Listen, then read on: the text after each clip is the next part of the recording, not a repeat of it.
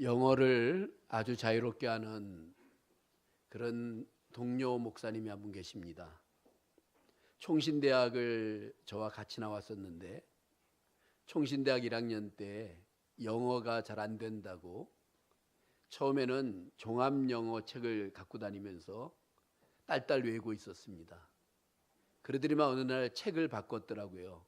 기초영문법. 이 기초영문법은 보통 중학생들이 보는 건데 기초영문법으로 바꿔서 저한테 1형식이 뭐고 2형식이 뭐고 하도 이야기해줘서 저도 그때 외웠습니다. 세월이 지나서 꾸준히 영어를 붙들고 있어서 그런지 영어가 자유로워졌습니다. 사람들에게 지금도 그런 얘기를 해요. 영어는 기초부터 해야 된다. 기초가 모르고 기초 없이 그 위에다가 쌓아두면 안 된다. 기초라고 하는 단어를 많이 씁니다. 얼마 전에 우리 교육자들과 같이 한번 말씀드린 적이 있는데 김치찌개 집을 갔는데 한 테이블에 손님들이 이제 주인한테 반찬 이게 뭐냐, 기본 반찬이 있어야 될 거 아니냐. 그 음식점은 반찬이라고 하는 것은 고추랑 그다음에 마늘 절인 것, 그것뿐이 안 주는 집입니다. 기본 반찬. 우리나라처럼 기본 반찬이 있는 나라가 없대죠.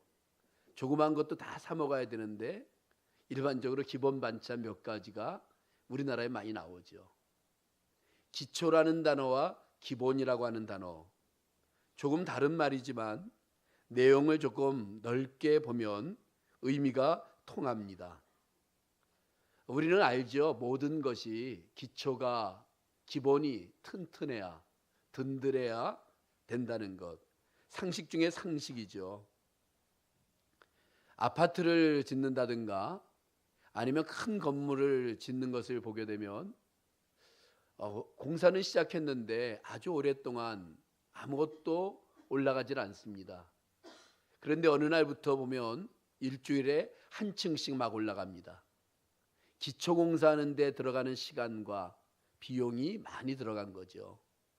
그리고 기초가 끝났으니까 위로 올라가는 데는 이제 시간도 단축되고 속도도 붙는 그 모습을 보게 됩니다. 기초만 든든하면, 기초가 제대로 되어 있으면 그 위에 어떤 것을 올려놔도 끄떡없고 튼튼하게 견딜 수 있습니다. 공부하는 학생들도 기초가 중요하다고 하죠. 사업하는 분들도 기초가 중요하죠. 인생도 기초가 중요하죠. 신앙생활도 기초가 중요하고 교회도 기초가 중요합니다. 신앙생활에 있어서 기초는 과연 무엇일까? 그 가장 중요한 기초는 구원의 확신입니다. 내가 예수님을 영접하고 하나님의 자녀가 되었기 때문에 나는 구원받았다. 나는 오늘 이 땅을 떠나도 하나님 앞에 갈 수 있다라고 하는 구원의 확신. 내가 진실로 진실로 너에게 이르노니 내 말을 듣고 또 나 보내신 이를 믿는 자는 영생을 얻었고 심판에 이르지 아니하나니 사망에서 생명으로 옮겼다. 영생을 얻었다고 하는 것. 그 은혜로 인하여 믿음으로 말미암아 구원을 얻었다는 것. 이런 구원의 확신 부분이 우리 가운데 있어야 됩니다. 그 다음에 우리에게 필요한 것은 하나님이 나와 동행하시고 나를 인도하신다고 하는 확신입니다. 내가 예수 믿는 그 순간에 성령께서 내 안에 계셔서 그때부터 나를 떠나지 아니하시고 나와 함께 하시고 나를 인도하신다는 확신이 필요합니다. 거기에다 우리가 한 가지 더 이야기한다면 승리의 확신입니다. 예수 그리스도로 말미암아 이길 수 있다고 하는, 모든 것을 이길 수 있다고 하는 승리의 확신이죠. 그래서 우리는 이런 개인의 신앙의 확신이나 교회가 가진 확신, 그런 든든함, 기초, 이런 것들이 필요합니다. 기초가 든든한 교회는 어떤 교회일까? 말씀 위에 세워진 교회가 기초가 든든한 교회입니다.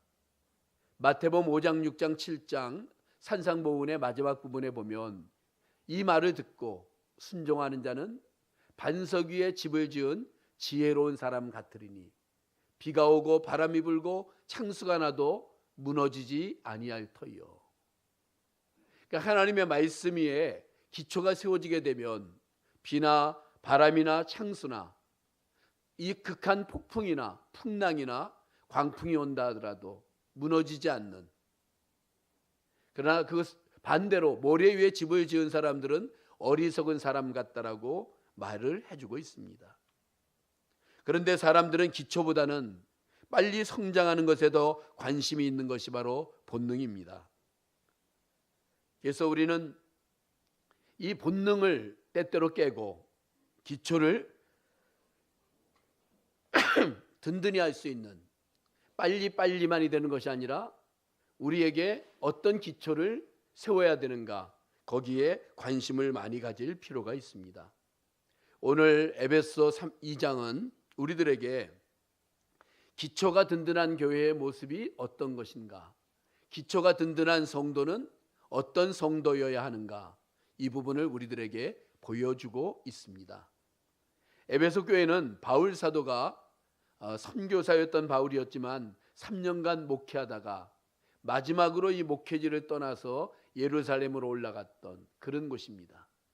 바울 사도가 에베소 교회를 늘 생각하다가 에베소 성도들에게 편지를 썼는데 전체 내용이 바로 교회론, 교회가 무엇인가, 어떤 교회가 건강한 교회인가, 어떤 교회가 좋은 교회인가, 그런 교회를 어떻게 만들 수 있는가, 이런 부분들을 기록한 책이 바로 에베소서입니다.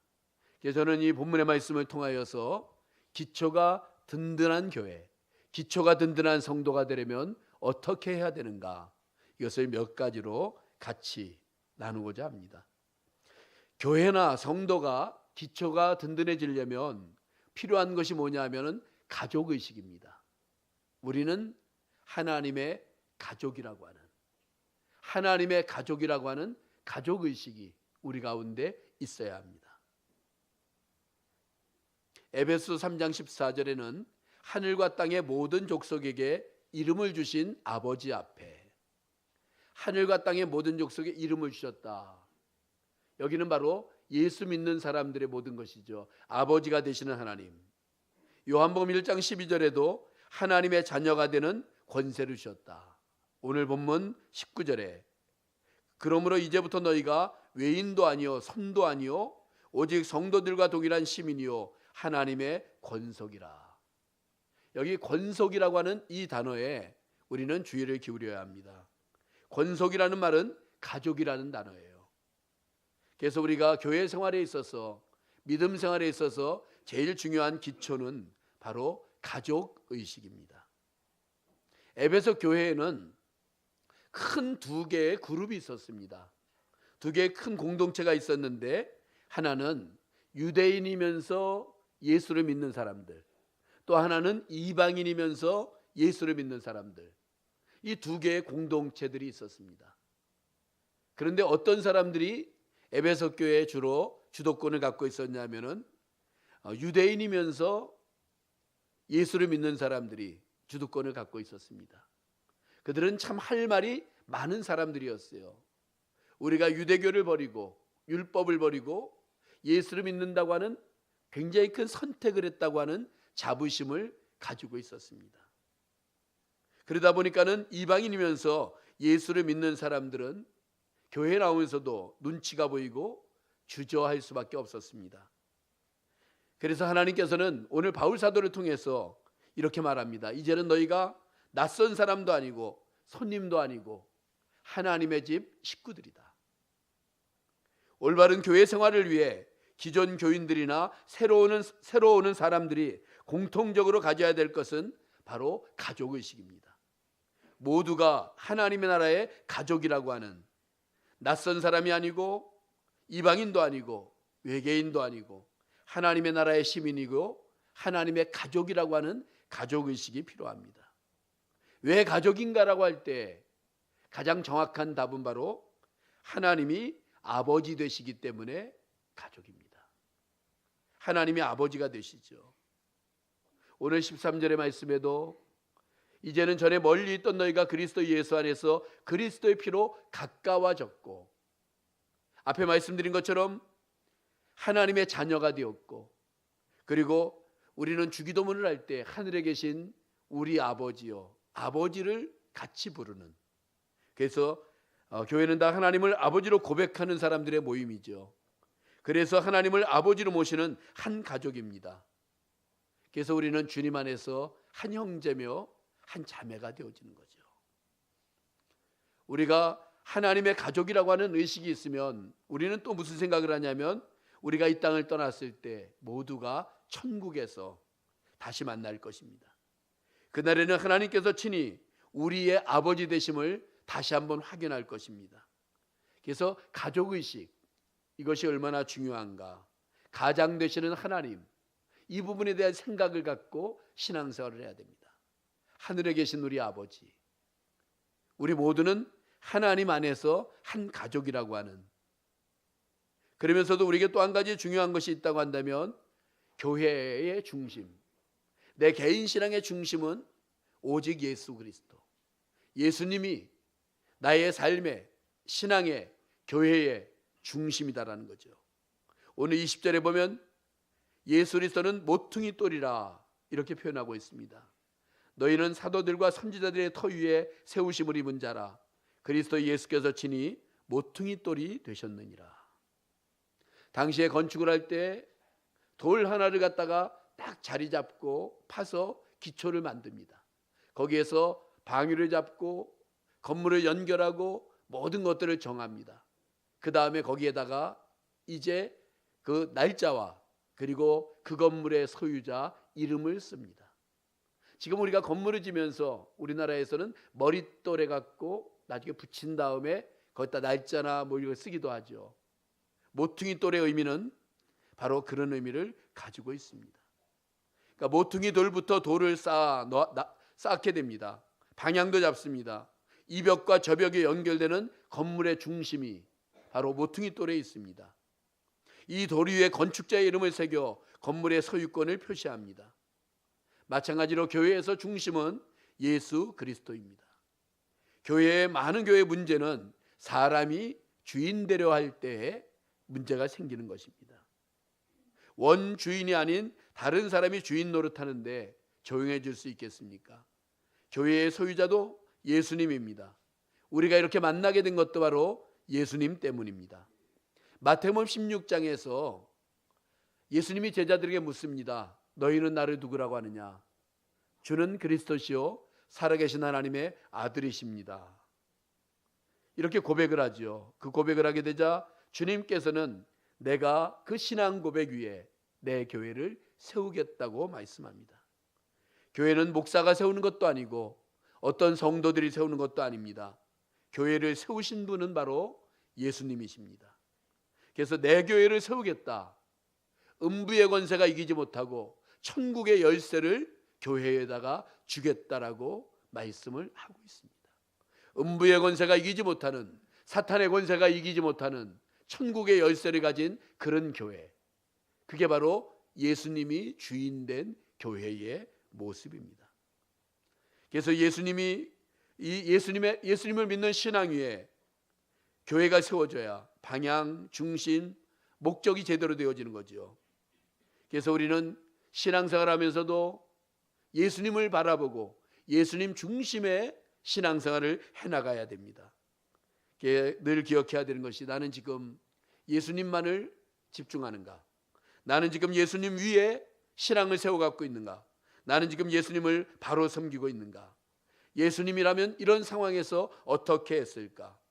이렇게 신앙생활의 중심에, 바로 교회의 중심에 예수 그리스도가 있어야 되는 것, 이것 또한 든든히 하는 기초의 모습입니다. 또 하나의 기초를 이야기한다면 21절에 나옵니다. 그의 안에서 건물마다 서로 연결하여 주 안에서 성전이 되어가고, 하나됨, 연합이라고 하는 단어입니다. 우리가 사람을 생각할 때에 머리가 사람이 아니죠. 얼굴이 사람이 아닙니다. 팔다리가 사람이 아닙니다. 전체가 합해질 때 사람입니다. 마찬가지로 성전이라고 하는 것, 하나님의 교회라고 하는 것, 우리 주님이 교회의 머리가 되시고 우리가 지체의 각 부분이 되어집니다. 우리 모두가 합해질 때 하나의 교회가 되고 성전이 되어지는 거죠.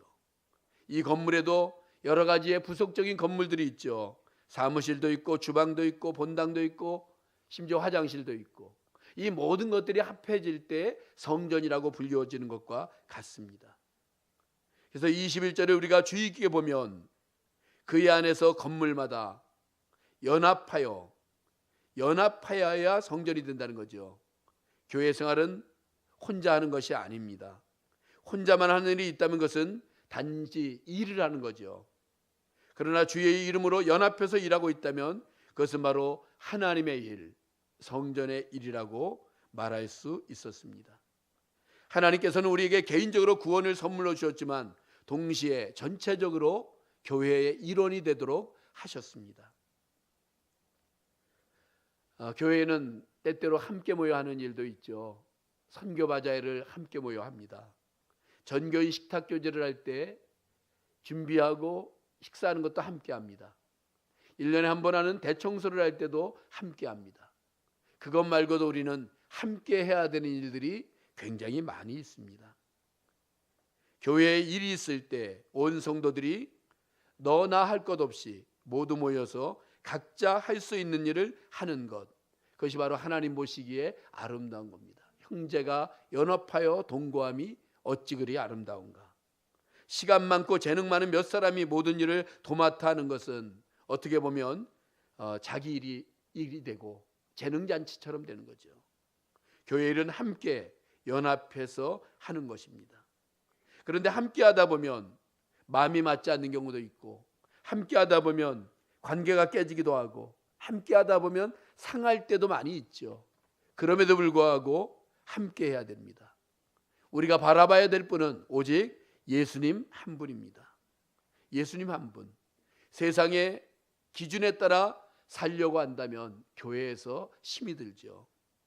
그 기준은 오직 예수님 한 분뿐입니다. 내 대신 십자가에 달려 죽어주신 예수님을 기준으로 하게 되면, 나를 위해 십자가를 달리신 그 예수님을 기준으로 하면 어떤 것이든 견딜 수 있고 이길 수 있습니다. 여기 보면 제일 중요한 단어 중에 하나가 성전이 되어가고라고 하는, 완성되지 않았다는 그 단어입니다. 우리는 이 단어를 어디에 사용하냐면 아직은 공사 중입니다. 완성되지 않았습니다라는 그 단어에 사용합니다. 우리 모두는 공사 중입니다. 우리는 예수를 믿는 그 순간부터 주님을 닮아가려고 하지만 공사 중입니다. 어떤 사람들은 아주 천천히, 어떤 사람들은 이 나중에, 그래서 공사 중이죠. 공사를 하다 보면 미숙한 부분도 있고 모난 부분도 있고 그리고 더러운 부분도 있고, 그러나 공사가 끝나게 되면 그 모든 것들이 마무리가 되어지는 거죠. 우리 모두는 공사 중인 사람들입니다. 그래서 우리는 사람을 보고 실망하면 안 되는 것입니다. 오히려 사람을 보고 기대할 수 있는 그 마음이 우리에게 필요하다는 것이죠. 왜냐하면 우리 모두는 성령 안에서 함께 지어져 가야 되기 때문입니다. 22절에 너희도 성령 안에서 하나님이 거하실 처소가 되기 위하여 그리스도 예수 안에서 함께 지어져 가느니라. 함께 지어져 간다. 성령님은 성도 한 사람 한 사람에게 함께 계시기도 하지만 성도들이 주의 이름으로 모일 때 함께 계십니다. 은혜 받은 성도들이 모여서 교제하는 데 함께 계시고, 찬양하는 데 함께 계시고, 기도하는 데 함께 계시고, 예배하는 데 함께 계십니다. 성령님이 하시는 일 가운데 가장 중요한 것은 사람이 주님을 닮아가도록, 사람이 주님을 닮아갈 수 있도록 하는 일, 그것이 바로 성령님이 하시는 가장 크고 귀한 일입니다. 그래서 우리는 성령님의 은혜를 체험해야, 성령님의 은혜를 체험해야 우리는 우리 자신을 조절할 수 있습니다.